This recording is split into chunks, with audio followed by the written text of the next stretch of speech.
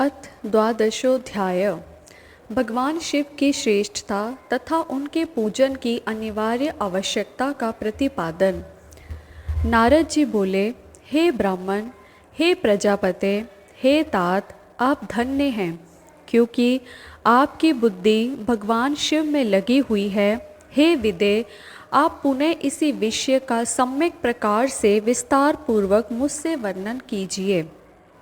ब्रह्मा जी बोले, हे तात, एक समय की बात है, कमल से उत्पन्न होने वाले मैंने चारों ओर से ऋषियों और देवताओं को बुलाकर प्रेम पूर्वक सुंदर और मधुर वाणी में कहा, यदि आप सब नित्य सुख प्राप्त करने की इच्छा रखते हैं और नित्य अपने मनोरथ की सिद्धि चाहते हैं तो मेरे साथ क्षीर सागर के तट पर आएं। इस वचन को सुनकर वे सब मेरे साथ वहाँ पर गए जहाँ सर्व कल्याणकारी भगवान विष्णु निवास करते हैं। हे मुने, वहाँ पर जाकर सभी देवता भगवान जगन्नाथ, देव देवेश्वर जनार्दन विष्णु को हाथ जोड़कर प्रणाम करके खड़े हो गए। ब्रह्मा आदि उन उपस्थित देवताओं को देखकर मन में शिव के चरण कमल का स्मरण करते हुए विष्णु कहने लगे। विष्णु जी बोले, हे ब्रह्मादि देवों और ऋषियों, आप लोग यहाँ किस लिए आए हुए हैं? प्रेम पूर्वक सब कुछ कहें, इस समय कौन सा कार्य आ पड़ा? ब्रह्मा जी बोले, भगवान विष्णु के द्वारा ऐसे पूछने पर मैंने उन्हें प्रणाम किया और उपस्थित उन सभी देवताओं से कहा कि इस समय आप सबके आने का क्या प्रयोजन है और इसका निवेदन आप सब करें। देवता बोले, हे विष्णु, किसकी सेवा है जो सभी दुखों को दूर करने वाली है, जिसको कि हमें नित्य करना चाहिए। देवताओं का यह वचन सुनकर भक्त वत्सल भगवान विष्णु देवताओं सहित मेरे प्रसन्नता के लिए कृपा पूर्वक यह वाक्य कहने लगे। श्री भगवान बोले, हे ब्राह्मण, देवों के साथ आपने पहले भी इस विषय में सुना है, किंतु आज पुनः आपको और देवताओं को बता रहा हूँ। हे ब्राह्मण, अपने अपने कार्यों में संलग्न समस्त देवों के साथ आपने जो देखा है और इस समय जो देख रहे हैं उसके विषय में बार बार क्यों पूछ रहे हैं? सभी दुखों को दूर करने वाले शंकर जी की ही सदा सेवा करनी चाहिए। यह बात स्वयं ही उन्होंने विशेषकर मुझसे और ब्रह्मा से भी कही थी। इस अद्भुत दृष्टांत को आप सब लोगों ने भी देखा है, अतः सुख चाहने वाले लोगों को कभी भी उनका पूजन नहीं छोड़ना चाहिए। देव देवेश्वर भगवान शंकर के लिंग मूर्ति रूप महेश्वर का त्याग करके अपने बंधु बांधवों सहित तार पुत्र नष्ट हो गए। शिव की आराधना का परित्याग करने के कारण वे सब मेरे लिए माया से मोहित कर दिए गए और जब वे शिव की भक्ति से वंचित हो गए तब वे सब नष्ट और ध्वस्त हो गए। अतः हे देवसतम, लिंग मूर्ति धारण करने वाले भगवान शंकर की विशेष श्रद्धा के साथ सदैव पूजा और सेवा करनी चाहिए। शिवलिंग की पूजा करने से ही देवता, दैत्य, हम और आप सभी श्रेष्ठता को प्राप्त कर सके हैं।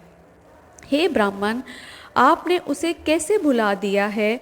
इसलिए जिस किसी भी तरह से भगवान शिव के लिंग का पूजन नित्य करना ही चाहिए। हे ब्राह्मण, सभी मनोकामनाओं की पूर्ति के लिए देवताओं को भगवान शिव की पूजा करनी चाहिए। वही मनुष्य के जीवन की बहुत बड़ी हानि है, वही उसके चरित्र का बहुत बड़ा छिद्र है, वही उसकी अंधता और वही महामूर्खता है जिस मुहूर्त अथवा क्षण में मनुष्य शिव का पूजन नहीं करता है। जो शिव भक्ति परायण है, जो शिव में अनुरक्त चित्त वाले हैं और जो शिव का स्मरण करते हैं, वे दुख के पात्र नहीं होते। जो महाभाग मन को अच्छे लगने वाले सुंदर सुंदर भवन, सुंदर आभूषणों से युक्त स्त्रियां, इच्छानुकूल धन, पुत्र पौत्राद संतति, निरोग शरीर, अलौकिक प्रतिष्ठा, स्वर्ग लोक का सुख, अंतकाल में मुक्ति लाभ तथा परमेश्वर की भक्ति चाहते हैं, वे पूर्व जन्मकृत पुण्याधिक्य के कारण सदा शिव की अर्चना किया करते हैं। जो भक्ति परायण मनुष्य शिवलिंग की नित्य पूजा करता है उसी की सिद्धि सफल होती है और वह पापों से लिप्त नहीं होता है। ब्रह्मा जी बोले, श्री भगवान विष्णु ने जब देवताओं से ऐसा कहा तब उन्होंने साक्षात हरि को प्रणाम करके मनुष्यों की समस्त कामनाओं की प्राप्ति के लिए उनसे शिवलिंग देने की प्रार्थना की। उसको सुनकर भगवान विष्णु ने विश्वकर्मा से कहा, हे मुनि श्रेष्ठ, मैं तो जीवों का उद्धार करने में तत्पर हूँ। हे विश्वकर्मन, मेरी आज्ञा से आप भगवान शिव के कल्याणकारी लिंगों का निर्माण करके उन्हें सभी देवताओं को प्रदान कीजिए। ब्रह्मा जी बोले, तब विश्वकर्मा ने अधिकार के अनुसार शिवलिंगों का निर्माण करके मेरी और विष्णु की आज्ञा से उन सभी शिवलिंगों को उन देवताओं को प्रदान किया। हे ऋषि श्रेष्ठ, वही मैं आज आपसे कह रहा हूँ, सुनिए। इंद्रपद रागमणि बने शिवलिंग, विशर्वा पुत्र कुबेर स्वर्ण लिंग, धर्म पीत वर्ण पुखराज की मणि से निर्मित लिंग, वरुण श्याम वरण की मणियों से बने हुए लिंग, विष्णु इंद्र नील मणि से निर्मित लिंग, ब्रह्मा स्वर्ण से बने शिवलिंग, हे मुने सभी विश्व देव चांदी से निर्मित शिवलिंग, वसुगुण पीतल के शिवलिंग, अश्विनी कुमार पार्थिव लिंग, देवी लक्ष्मी स्फटिक मणि निर्मित लिंग, सभी आदित्य ताम्र निर्मित लिंग, सोमराज चंद्रमा मोक्तिक शिवलिंग, अग्निदेव वज्रमणि हीरे से बने शिवलिंग, श्रेष्ठ ब्राह्मण और उनकी पत्नियां मर्णमय पार्थिव शिवलिंग, मय दानव चंदन के शिवलिंग, नाग मूंगे से बने शिवलिंग का आदर पूर्वक विधिवत पूजन करते हैं। देवी दुर्गा मक्खन से बने हुए शिवलिंग, योगी भस्म निर्मित शिवलिंग, यक्ष दधि निर्मित शिवलिंग तथा छाया चावल के आटे की पीठी से बने हुए शिवलिंग की विधिवत पूजा करती हैं। ब्राह्मणी देवी रतन में शिवलिंग की पूजा करती हैं। बानासुर पारे से बने शिवलिंग तथा दूसरे लोग मिट्टी आदि से बनाए गए पार्थिव शिवलिंग का विधिवत पूजन करते हैं। विश्वकर्मा ने इसी प्रकार से शिवलिंग देवताओं और ऋषियों को भी दिए थे, जिनकी पूजा वे सभी देवता और ऋषि सदैव करते रहते हैं। देवताओं की हित कामना के लिए विष्णु ने उन्हें शिवलिंग प्रदान करके मुझ ब्रह्मा से शिव का पूजन विधान भी बताया। उनके द्वारा कहे गए शिवलिंग के उस पूजन विधान को सुनकर प्रसन्न चित्त में ब्रह्मा देवताओं के साथ अपने स्थान पर लौट आया। हे मुने, वहाँ आकर मैंने सभी देवों और ऋषियों को संपूर्ण अभिष्ट की सिद्धि करने वाले शिवलिंग के पूजन विधान को सम्यक रूप से बताया। ब्रह्मा जी बोले, हे सभी देवताओं और ऋषियों, सुनिए, मैं प्रसन्नता पूर्वक आप सभी से शिव पूजन की उस विधि का वर्णन करने जा रहा हूँ जो भोग और मोक्ष को देने वाली है। हे देवों, हे मुनीश्वरों, सभी जीव जंतुओं में मनुष्य का जन्म प्राप्त करना दुर्लभ है। उसमें से भी उत्तम कुल में जन्म लेना तो अत्यंत दुर्लभ है। उत्तम कुल में भी सदाचारी ब्राह्मणों के यहाँ जन्म लेना अच्छे पुण्यों से ही संभव है। अतः भगवान सदाशिव को प्रसन्नता के लिए सदैव स्वर वर्ण शर्म विहित कर्म करते रहना चाहिए। जिस जाति के लिए जो सत्य कर्म बताया गया है उस कर्म का उल्लंघन नहीं करना चाहिए। जितनी संपत्ति हो उसके अनुसार दान कर्म करना चाहिए।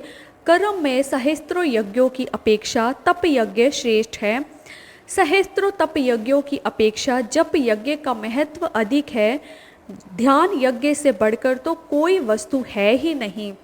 ध्यान ज्ञान का साधन है, क्योंकि योगी ध्यान के द्वारा अपने इष्ट देव एक रस सदाशिव का साक्षात्कार करता है।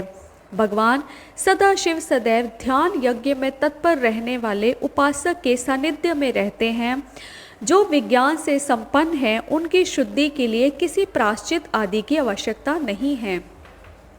हे ब्राह्मण, जो विशुद्ध ब्रह्म विद्या के द्वारा ब्रह्म साक्षात्कार कर लेते हैं, उन्हें क्रिया सुख दुख धर्म अधर्म जप होम ध्यान और ध्यान विधि को जानने तथा करने की आवश्यकता नहीं है।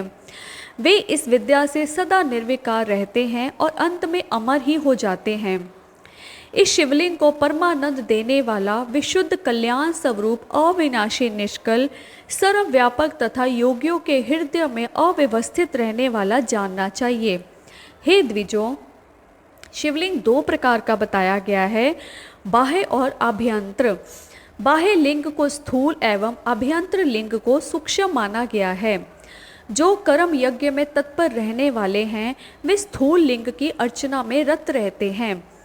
सूक्ष्मतः शिव के प्रति ध्यान करने में अशक्त अज्ञानियों के लिए शिव के इस स्थूल विग्रह की कल्पना की गई है।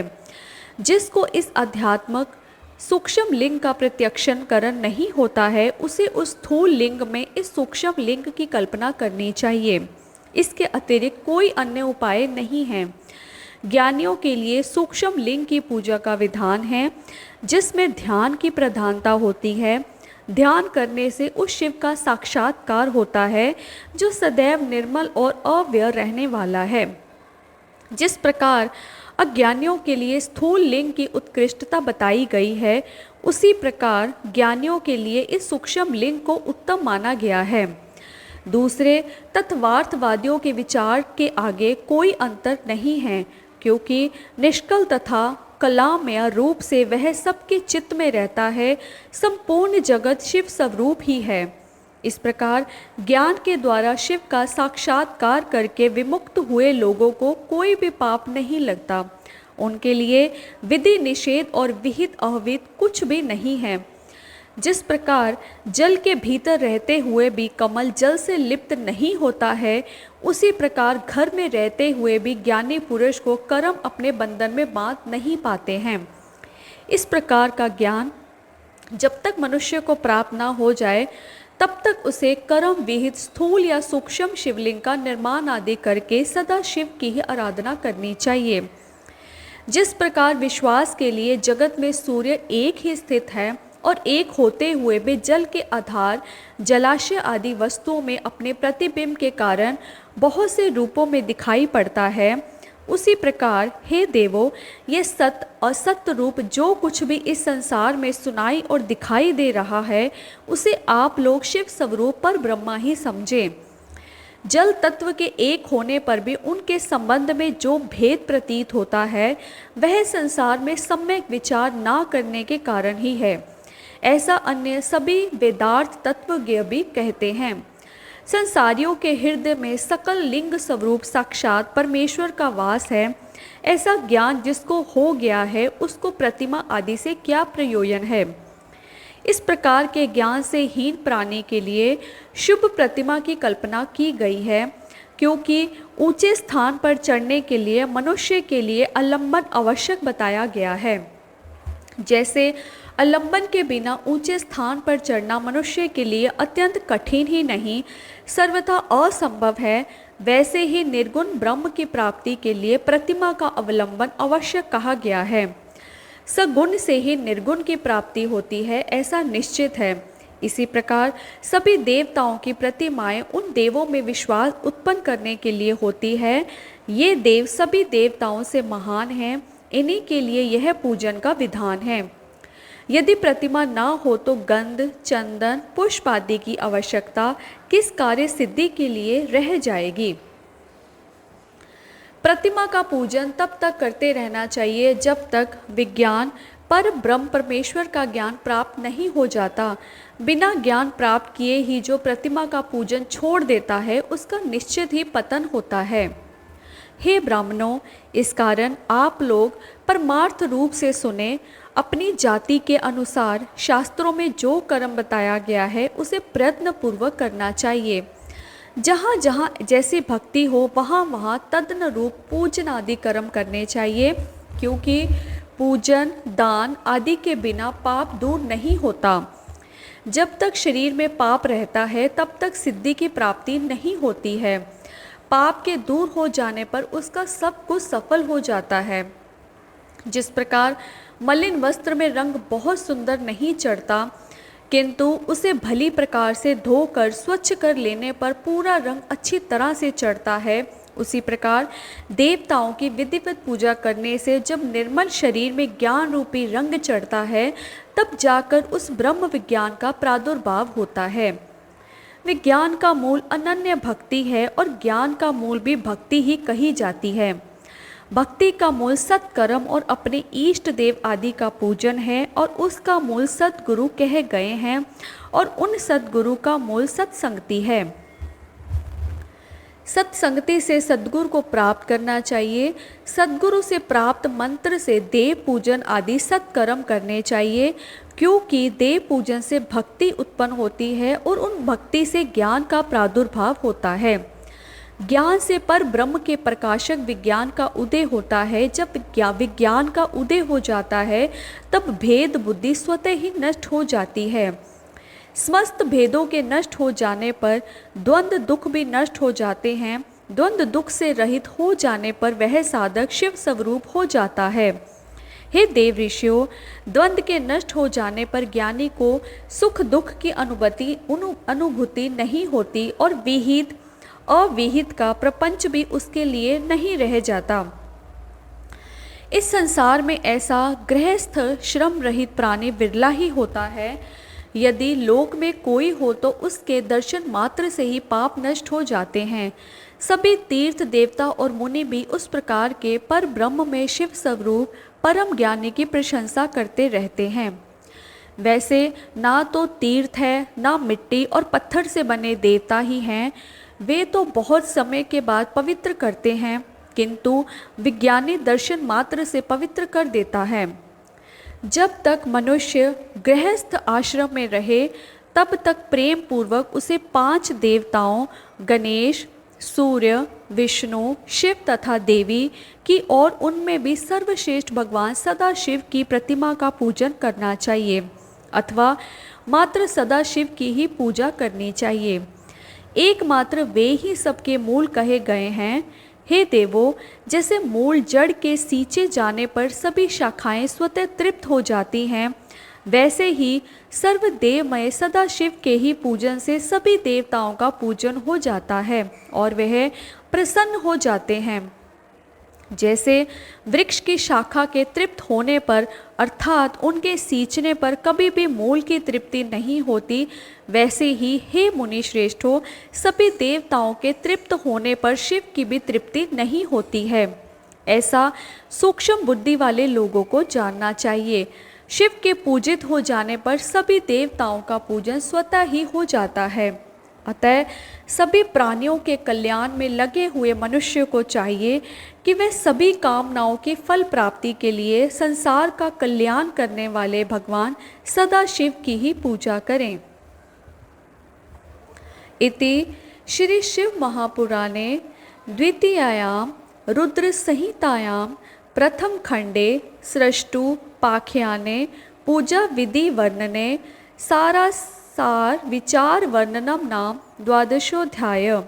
इस प्रकार श्री शिव महापुराण के अंतर्गत द्वितीय रुद्र संहिता के प्रथम खंड में सृष्टि उपाख्यान में पूजा विधि वर्णन क्रम में सारासार विचार वर्णन नामक 12वां अध्याय पूर्ण हुआ।